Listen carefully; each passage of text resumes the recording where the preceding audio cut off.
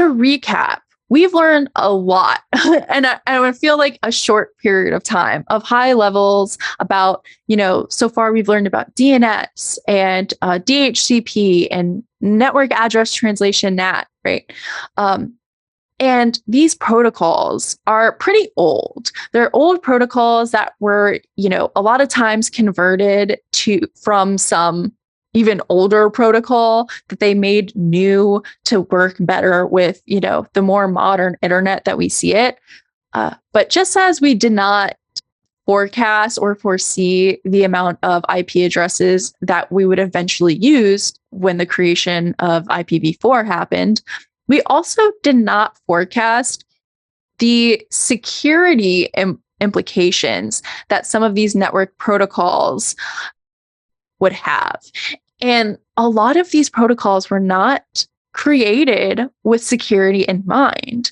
These were research projects at schools and things like that. There wasn't a hacking culture. This was so new back then that most people did not have a personal computer in their home. So these protocols weren't really, again, made with security in mind. So a lot of different things you can do with specific protocols. We can do spoofing, we can do poisoning, we can do machine in the middle. These are the most, I would say, attractive options from a pen testing perspective. The other one is a denial of service, which as a tester, you most likely are not going to want to deny service to your customer.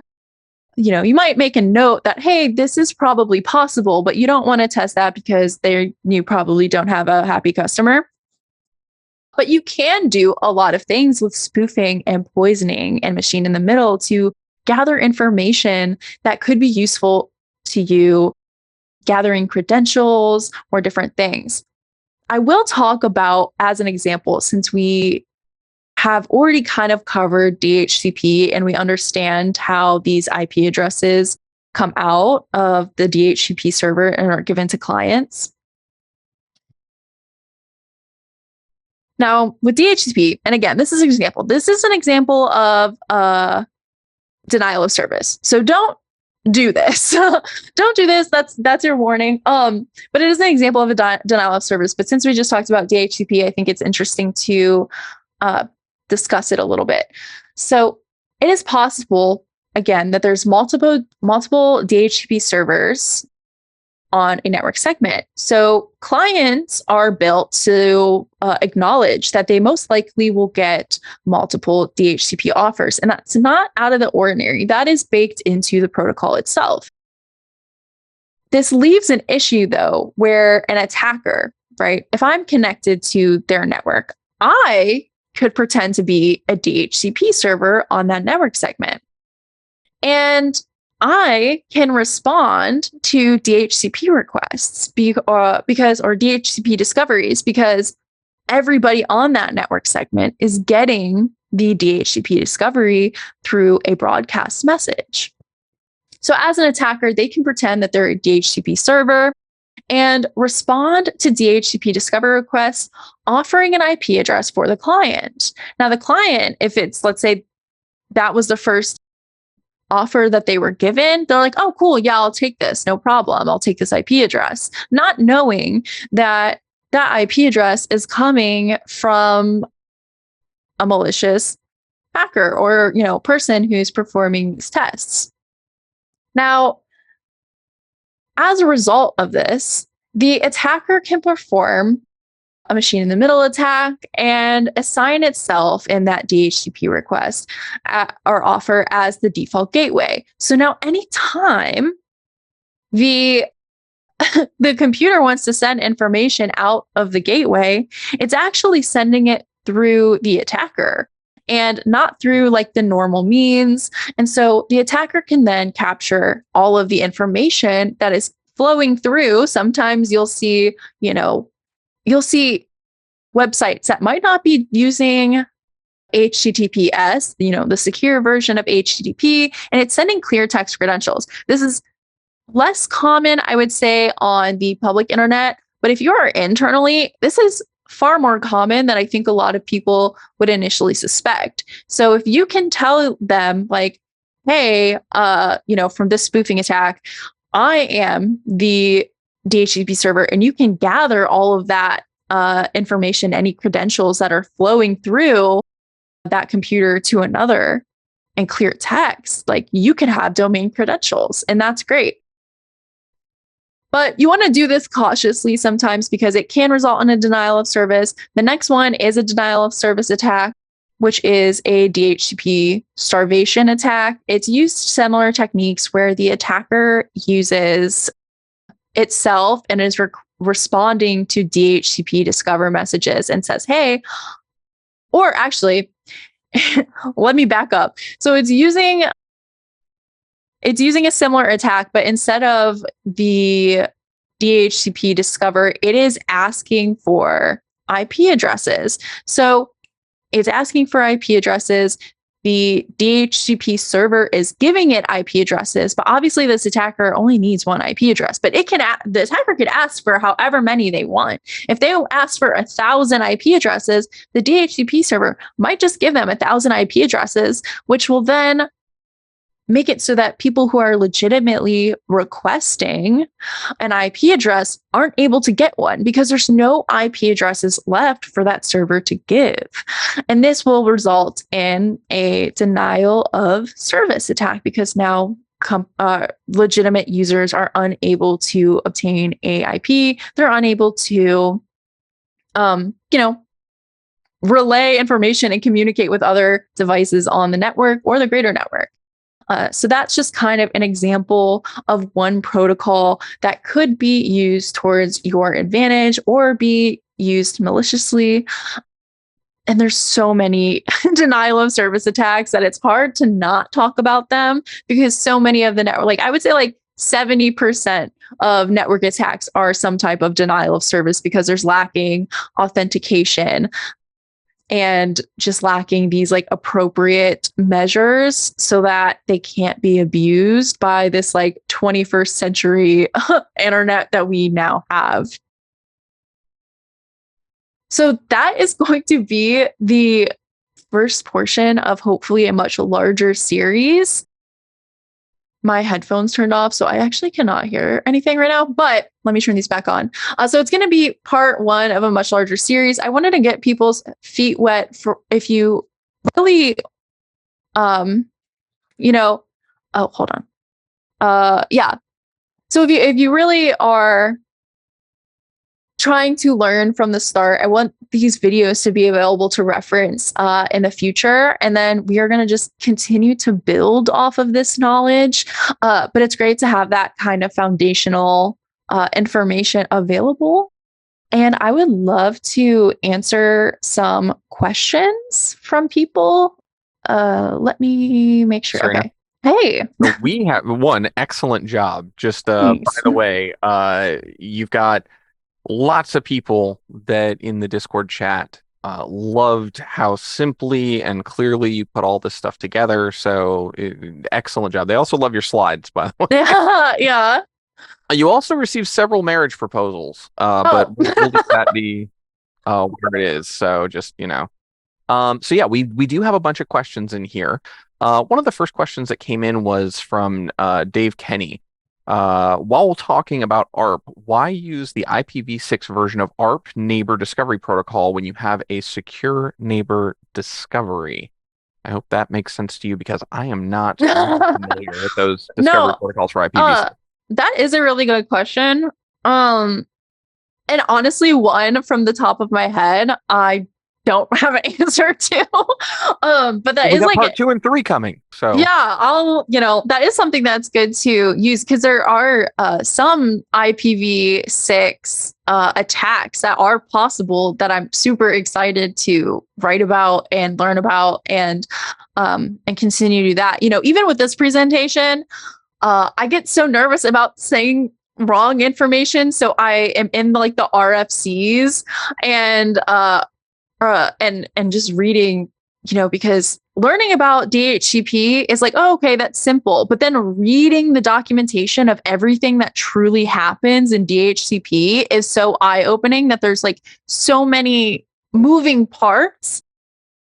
But it's hard to throw all that at someone all at once, right? Because you have to start with like the general overarching concept and then kind of build on that. But that's a really good question about ARP for IPv6, and I'll definitely have to look into that. But yeah, unfortunately, I don't have an answer off the top of my head. Very good. Well, then that's okay. That's the whole thing about InfoSec is, sometimes you'll have the answer, sometimes you got to research it. So, let's take a look here. Which protocol is easier to penetrate? Now, they've got which protocols either penetrate, ARP or multicast or any other routing protocol such as OSPF or any other. And I realize that phrase penetrate is pretty wide, but I think really what they're saying is maybe what's the least secure from your perspective. Look back. I have a slide here. I guess for ones that I use most commonly during pen tests, I would say like we do a lot with MDNS and LLMNR and like, do a lot of like MTLM relaying, basically relaying these protocols to give us hashes and things like that. I mean, we do a lot of spoofing too. You have to do this all at the same time where you're spoofing like, hey, give me this information so that you can capture it and then send it to its appropriate destination. I would say that's what you're most likely going to be doing from a penetration tester's perspective is a lot of spoofing, a lot of poisoning, and a lot of relaying information. I had a TikTok video about like BGP and BGP hijacking. But a lot of these come into the realm of like denial of service, which typically are outside of the scope of most pen testing engagements. Right. Speaking of your TikTok and Twitch, we did want to bring up that you do go on Twitch fairly often and do some live streams and pre-show banter. We were talking about, having a breakdown looking at Java, Yeah. which I think is just standard. But what is your Twitch channel for those who want to check out more from you? Yeah, Twitch and TikTok and YouTube. I am She Networks on all of those. And then Twitter, I'm not She Networks. But yeah, I am trying to stream more consistently. But I am also in grad school at the moment too. So I'm taking 2 classes for grad school. I'm getting my master's in data center systems engineering. So it can be intense sometimes. And so I've been trying to stream more and be more consistent. Very nice. No, but yeah, definitely check that stuff out. So you and I have talked about it a little bit. You're just sitting there doing the work you do and playing with it, so you can learn a lot. Okay, let's look at some of these other questions here. We'll probably take this through for a few more minutes and go from there. So let's see here. We had another one up here. RP6 protocol multicast. We covered that one. That was a oh, here we go. How does using random MAC addresses work? That was when they always require going through the ARP process and it won't work with MAC filtering. So I assume they're talking about those kind of random MAC addresses that Apple and Android do now. Oh yeah. Again, I think that is just like I guess I mean, I know that they do that where they kind of spoof their own IP address or MAC address. And it's supposed to give you kind of some more privacy because there's so many networking devices now that even if you are near them, it will capture information that is being sent out wirelessly and it can log that information. So like even at the Apple Store, you can go near like a specific section in the Apple Store and it has these beacons and it can send information to your phone like, hey, do you want information about this phone case that you're staring at? Or it's just gathering information about you specifically. And it's kind of invasive. It's actually very invasive. And so these random like MAC address randomizer or whatever is spoofing it. So it's not supposed to be quite linked to you. And I would assume how this is happening is it just changes randomly, like, but also you still have like your burned in MAC address. I'd have to look more into, because I think there's a couple different ways that you can fully implement that. If it is all the time, or you're still going to have your burned in address, some information can always find you there, if that makes sense. Yeah, and that is more client side really, and you're focused more on the actual network side and whatnot. So I think even when I read the question, I was thinking to myself, like they're thinking like when I've got a proxy server or something like that where it's already like authenticated me. How do we do that? So cool. Let me see if there's any other questions in here that are kind of burning inside of here. Let's see here. So smart crack map. A lot of folks already had their questions answered by some of the folks in the audience. So for those of you who are jumping in and sharing your knowledge as well, thank you. Thank you so much. Let's take a look here. Don't forget, sometimes people are just commenting and less making questions. So Yeah, no worries. let's take a look here. I think that is most of it. So folks, if you have a question that wasn't covered, please go ahead and add it into the, oh wait, okay. Please add it in now, into, or you tag me here, or you can go into the Q&A in Zoom. So you can go in Discord or Zoom. I'm trying to look at both while we are waiting for that. Again, Serena, thank you. And please do check Serena out on Twitch and TikTok and Twitter and all that good stuff. Cool. Serena, we got another question here. How did you make the transition from networking to pen testing? Well, Jason messaged me on Twitter and asked if I wanted a job, and I was like, yeah. But no, more to answer a little bit more honestly, I was interested in security for a while. So my undergrad is in computer information systems with a concentration on networking and information security. But my first job out of college, I got a job at Cisco that I was like, well, I can't pass that up. And so from there, I got really into data center networking, but I've always had an interest in cybersecurity. When I first started college, they didn't have like degree programs specifically for cybersecurity, though. Not until I was like about ready to graduate did those kind of start popping up. You know, I started college in 2013. So that was the first, in 2013 was when I took my first networking class. So 10 years now, which is crazy to think about. Sometimes I'm like, what have I learned in 10 years? I don't even know, you know? But I wanted to make the move into security, and I was kind of researching because there's so many security options. So I was looking at like incident response and like research and all this other stuff, but pen testing sounded the most exciting to me.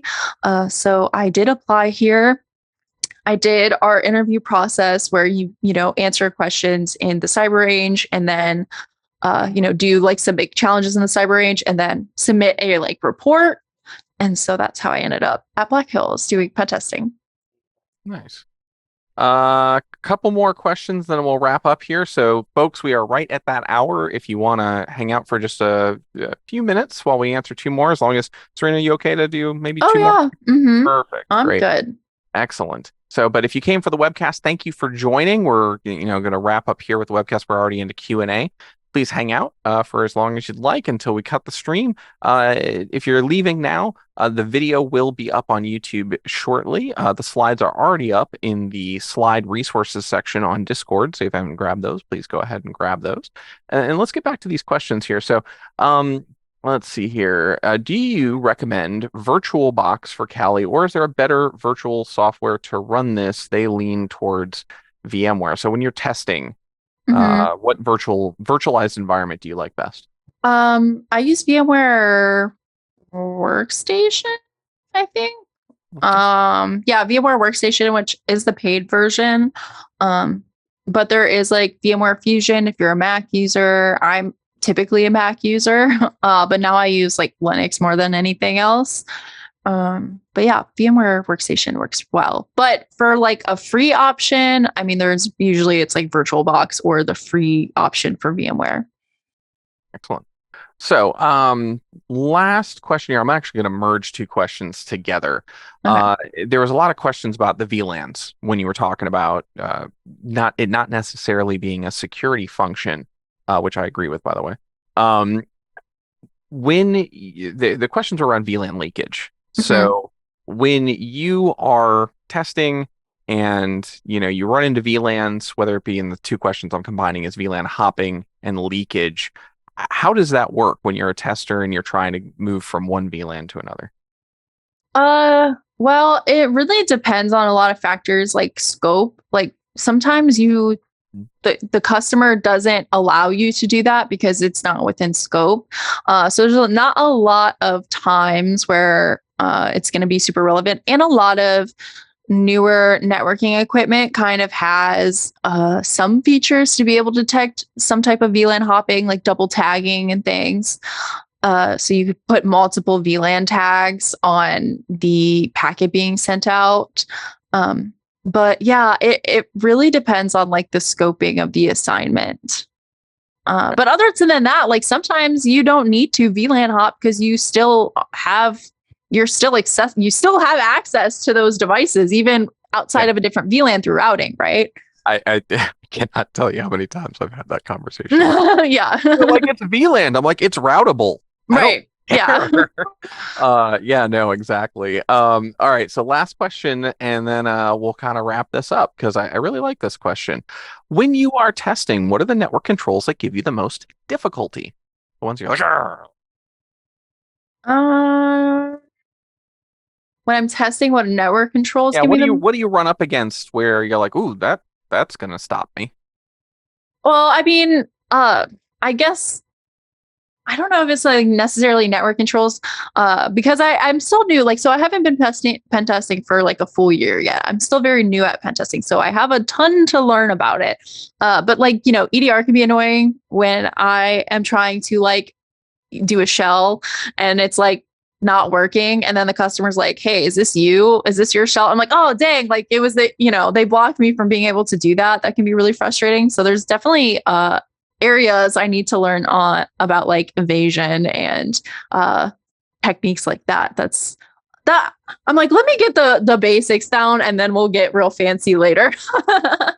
Indeed. All right, perfect. So again, there's a few more questions coming in. Unfortunately, we do kind of need to wrap up the presentation here. So this was wonderful. Like, all the feedback, and I'm sure you're going to go back and look at the Discord, has been phenomenal. People love this presentation. They are waiting eagerly for parts 2 and 3. So for those of you who are waiting eagerly for parts 2 and 3, those we'll do another webcast just like this one, and we'll get that up on the calendar here shortly. We might even have that date at this point, but I don't have it in front of me. So keep an eye out on Twitter and on LinkedIn and wherever you're looking from Black Hills, our emails, etc., for the next upcoming webcast. And like I said at the beginning, if you're not in the Discord, if you're hanging out on YouTube, please join us in the Discord so you can hang out, show up for pre-show banter in advance, and also don't forget we've got our anti-siphon hackdown coming up. At least come hang out for the talks or take training, whatever it is you'd like.